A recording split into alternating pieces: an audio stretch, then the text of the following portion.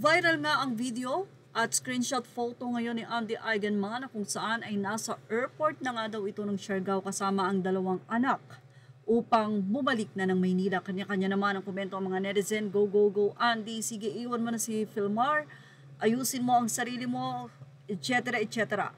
Pero narito po ang totoong nangyari o nangyayari sa ngayon. Sa isang resto mula sa Secret o Siargao Secret Facebook page at makikita nyo ang may-ari ng video, syempre credit sa kanya, ay nasa kumakain itong sila Andy. I don't know kung ang resto ba na ito ay kanilang pagmamay-ari o sila ay kumain sa ibang restaurant.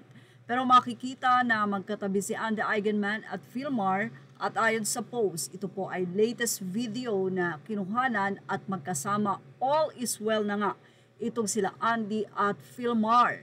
Nandoon pa ang panganay na anak ni Andy na si Ellie at mukhang kasama pa nga daw ang BFF ni Philmar na kung saan ay hinihilala na may kasing tattoo daw ni Philmar. Pero mukhang hindi siya yon, no? Mukhang ibang girl nga yon.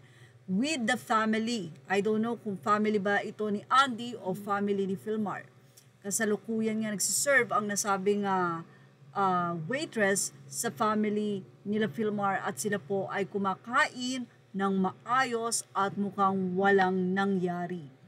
So after po ng sagutan nila Philmar at Andy Eigenman sa social media, especially si Andy na ikriwento at kinausap pa nga humingi ng advice sa ChatGPT, eto na nga po ang ngayon ay nangyayari. Maayos na nga sila Andy at Philmar. Sa katunayan, kamakailan lamang din ay humingi pa si Philmar na sana nga daw ay huwag nagdagdagan yung mga nangyayari sa kanila ni Andy. Ilang mga netizen naman ang sinisisi rin si Andy na sana nga daw ay huwag itong basta-basta magpo-post, lalong-lalo na nga at ipapahiya nito ang kanyang asawa sa social media dahil marami talaga ang nang-bash kay Philmar matapos nga ang pagsisiwalat ni Andy na di umano ay nag-cheat ito at may relasyon sa kaibigan nito na Amerikana at sa katunayan, napatunayan niya dahil meron nga daw itong same tattoo. Pati ang mga pagpapatattoo ni Andy, ni Philmar kasama ang nasabing Amerikanang kaibigan ay ipinost sa social media ng mga netizen at ngayon nga ay sinasabing nasa airport na ito upang umuwi ng Pilipinas. So walang katotohanan yan. Ito po ay updated din at reposted ng Fashion Police na kung saan isa sa reliable source, no? At makikita naman po ito ay bagong-bago. So advice naman ng mga netizen kay Andy, napakaganda mo, sana ay wag mong pabayaan ang sarili mo. Mag-ayos ka at siguro sa ngayon, sabi nga ni Andy, dapat maging mapagmatiyag siya. Kung nakikita niyang medyo red flag na, ay dapat bantayan niya. Ang nakaka-touch sa sinabi ni Andy Eigenman, ayaw niyang masira ang kanilang pamilya dahil unang-una family niya itong si Philmar. At syempre alang-alang na rin sa dalawang anak nila. Actually, nga ng mga netizen, mahal daw talaga ni Andy itong si Philmar. Siguro talagang ipinaglalaban na ni Andy dahil ayaw niya na ng hiwalay na naman. Well, mukhang all is well na nga at nalinawan na at mukhang wala naman talagang mali siya ang nasabi nga pong tattoo na iyan. Anyway, narito naman ang naging say ng mga netizen mula sa artikulo ng Fashion Police, mga anonymous commentator.